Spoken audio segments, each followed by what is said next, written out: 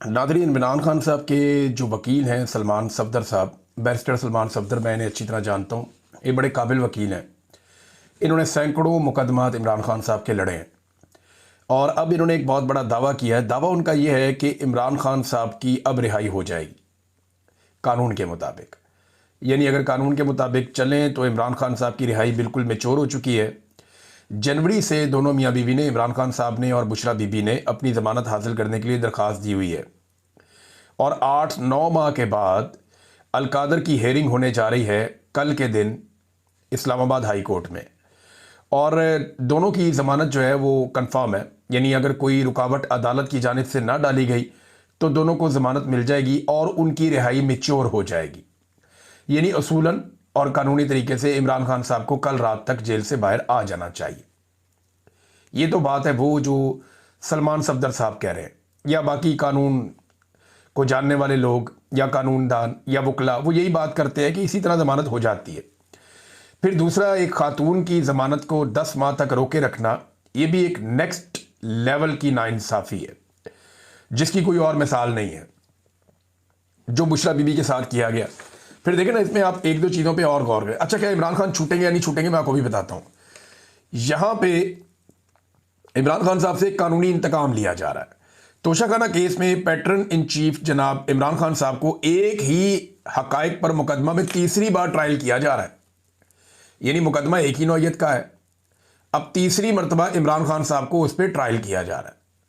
तोशाखाना में फ़र्ज़ करें कि एक वज़ीर आज़म है, वो 200 चीज़ें ले गया। वैसे इतनी चीज़ें तो नहीं ले जाते, लेकिन 200-300 चीज़ें भी ले जाते हैं। शरीफ ख़ानदान जितना सामान तोशाखाना से ले गया, अगर हर चीज़ पे एक एक मुकदमा बनाया जाए तो अगले 200 साल उनके ऊपर मुकदमा जो है वो चलते रहेंगे। ये जो काकड़ साहब आए थे निगरान वज़ीर आज़म, ये जो सामान ले गए, अगर इसी तरह एक एक करके मुकदमा बनाया जाए तो ये भी इनकी बाकी ज़िंदगी और इनकी नस्लें यही मुकदमे ही लड़ते रहेंगी। इमरान खान साहब पे एक ही मुकदमे को 3 दफ़ा चलाया गया। यानी पहली मरतबा एक जज हमायूं दिलावर साहब ने 3 साल की सज़ा सुनाई इसी मुकदमे में, फिर ज़रा इसको ट्विस्ट करके दोबारा लाया गया और फिर जज जो है बशीर साहब, उन्होंने 14 साल की सज़ा सुना दी इसी मुकदमे में। और अब तीसरी मरतबा एक और जज के साथ यही मुकदमा ला के फिर अडयाला जेल में ट्रायल किया जा रहा है। तो इमरान खान पाकिस्तान की वाहिद शख्सियत है, दुनिया का आप समझ लें, जिसको एक ही मामले में तीसरी मरतबा ट्रायल किया जा रहा है। एक ही नौयत का, एक ही चीज़ का, एक ही मुकदमा है और तीसरी मरतबा वो ट्रायल हो रहे हैं। इमरान खान साहब के वकील ने एक और बड़ी अजीब बात बताई। उन्होंने कहा, ये 2 टोटल गवाह हैं जो इमरान खान साहब के खिलाफ आते हैं, जो काबिल जिक्र है, बाकी तो सारे झूठे ही साबित हो गए हैं। एक इनामुल्लाह शाह, ये इमरान खान साहब के साथ ही होता था। एक सुहेब अब्बासी। अच्छा, ये जब भी आते हैं ना अदालत में तो इनसे कोई सवाल किया जाता है तो कहते हैं जी आज हमें सिर्फ इस तोहफे की हद तक याद हैं, चीज़ें पिछली हम भूल गए। इंसानी याददाश्त है ना, अब ये किसी इदारे की तरह तो काम करते नहीं, आम लोग हैं। तो ये ऐसे गवाह हैं जिनको जो चीज़ें याद दिला के भेजी जाती हैं कि प्रोसिक्यूशन आपसे ये पूछेगी, आपने ये जवाब दे देना है, जज आपसे ये पूछेगा, आपने ये जवाब दे देना है, इस तोहफे से मुताल्लिक आपसे जो भी बातें होंगी वो अपने आप को याद दिला दी हैं। अगर उनसे कोई सवाल करता है फलानी चीज़ का बताओ जी, वो मुझे याद नहीं है, ये वाली बात बताओ, मुझे याद नहीं है, वो जो पिछली तुमने गवाही दी थी एक और, वो भी मुझे याद नहीं है, क्योंकि झूठ याद नहीं रहता। लिहाजा इन्हें एक ही तोहफे के ऊपर तैयारी करवा के भेजा जाता है और ये आगे बता दें इस तोहफे की हद तक हमें सिर्फ मालूमात है। अब अंदाजा करें गवाह भी इनके पास कैसे कमज़ोर है। जजों को तो ऐसे गवाहों को नॉर्मली जज उठा के अंदर कर देते होते हैं झूठी गवाही में और गुमराह करने में अदालत को। इस जुर्म के अंदर भी ये बंदे अंदर हो जाते हैं, लेकिन यहां पे जनाब काम चल रहा है क्योंकि एस्टेब्लिशमेंट इसके पीछे खड़ी है। अच्छा, अब ये वकला को लगता है कि बहुत बड़ा दावा है कि इमरान खान साहब रिहा हो जाएंगे कल के दिन में, लेकिन क्या हो जाएंगे? तो मेरी दानिश में ऐसा नहीं होगा। इमरान खान साहब की रिहाई ऐसे नहीं होगी। अगर किसी वक्त इमरान खान साहब रिहा होंगे भी ना और एस्टेब्लिशमेंट पे बहुत ज़्यादा दबाव होगा इमरान खान साहब को रिहा करने का, तो एस्टेब्लिशमेंट उससे पहले जो एस्टेब्लिशमेंट के अपने बहुत सारे ऐसे लोग हैं जो एस्टेब्लिशमेंट के वफादार हैं या एस्टेब्लिशमेंट जिन लोगों के साथ कंफर्टेबल है, उन लोगों की इमरान खान के साथ तवातर के साथ मुलाकातें शुरू करवा देगी, उन लोगों को रेलिवेंट करेगी और एस्टेब्लिशमेंट कोशिश करेगी कि इमरान खान की रिहाई, चाहे इमरान खान की अपनी जदोजहद के नतीजे में हो, चाहे अवामी जदोजहद के नतीजे में हो, चाहे सोशल मीडिया, आलमी, ओवरसीज पाकिस्तानी और इंटरनेशनल और नेशनल प्रेशर के नतीजे में हो, कुछ भी हो, पाकिस्तान की एस्टेब्लिशमेंट कोशिश करेगी कि इसका क्रेडिट वो अपने लोगों को दे जो पाकिस्तान तहरीक इंसाफ में है, या कम से कम ऐसे लोगों को इसका क्रेडिट दे या उनको हीरो बनाए जो पाकिस्तान तहरीक इंसाफ के अंदर एस्टेब्लिशमेंट के एसेट्स हैं। कोशिश मुझे करेगी, लेकिन सोशल मीडिया का दौर है, लोग सारा कुछ खोल कर रख देते हैं। इमरान खान साहब खुद बड़े समझदार हैं।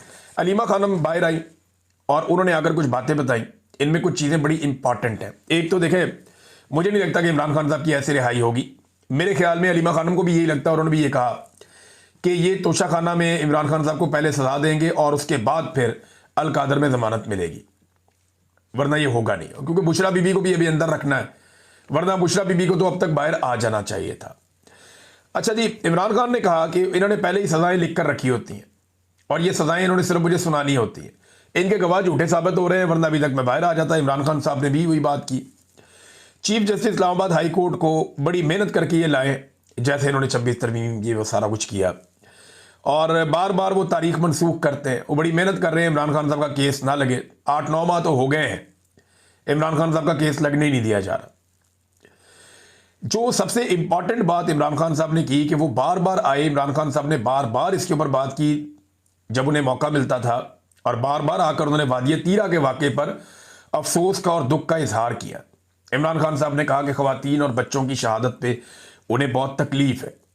उन्होंने कहा कि मैं 1 साल से कह रहा हूं कि ऑपरेशन ना करें, यहाँ पे कोलेटरल डैमेज होगा, इसके नतीजे में नफरतें बढ़ेंगी और दहशतगर्दी बढ़ती चली जाएगी, और खैबर पख्तूनख्वा की हुकूमत को ट्रैप कर दिया गया है। अफगानिस्तान में भी वो ये कह रहे हैं कि इसी तरह हुआ था, जब अमेरिका दहशतगर्दों के ऊपर अटैक करता था या हमले करता था तो कोलेटरल डैमेज बहुत बड़े पैमाने पर होता था। करजई की और गनी के जो 2 अदवार गुजरे हैं उसमें उन्हें ये बहुत बड़ी प्रॉब्लम हुई है कि तालिबान जहां पे भी जाते थे उन्हें बहुत बड़ी सपोर्ट इसलिए मिलती थी कि लोगों के साथ जुल्म बहुत हुआ था ऑपरेशन के नाम के ऊपर। तो ये इमरान खान साहब ने मिसाल दी। फिर उन्होंने कहा जी आसिम मुनीर साहब की जो अफगान पॉलिसी है उस पर शदीद तनकीद की इमरान खान साहब ने। तफसीलात आ जाएंगी, मैं आपके साथ शेयर करूंगा। और कहा जी अफगानों के खिलाफ बयानात भी दिए गए, हमले भी, बेदखलियाँ भी, ड्रोन हमले भी, ये सारी चीज़ें इमरान खान साहब ने कहा गैर ज़रूरी और गलत हैं। आसिम मुनीर साहब सारी दुनिया में जाते हैं, इनको जाना चाहिए था अफगानिस्तान, और अफगानिस्तान जाके अफगानिस्तान के साथ मामलात करने चाहिए थे, क्योंकि पाकिस्तान का अमन वहाँ पे जुड़ा है। इमरान खान साहब कहते हैं कि आसिम मुनीर साहब जो मौजूदा ऑपरेशन हो रहे हैं उससे 2 मकासद हासिल करना चाहते हैं। नंबर 1, उन्हें आलमी सतह पे पजीराई मिल जाए, तारीफ हो जाए कि वो मुजाहिद है जो दहशतगर्दी के खिलाफ खड़ा है और लड़ रहा है। तो ये ऑपरेशन शुरू करके वो एक ये तासुर बनाना चाहते हैं आलमी सतह पे। नंबर 2, पाकिस्तान तहरीक इंसाफ की मुकम्मल तबाही इससे उनको हासिल होगी, क्योंकि तहरीक इंसाफ जो है वो खैबर पख्तूनख्वा में उनकी हुकूमत है। जब इतनी दहशतगर्दी बढ़ेगी, लोगों का कत्लेआम होगा, ऑपरेशन के नतीजे में कोलेटरल डैमेज होगा, तो वहाँ जो इंतजामी जमात है वो कमज़ोर पड़ जाएगी। ANP के साथ भी इमरान खान साहब कहते रहे माजी में ये हुआ था।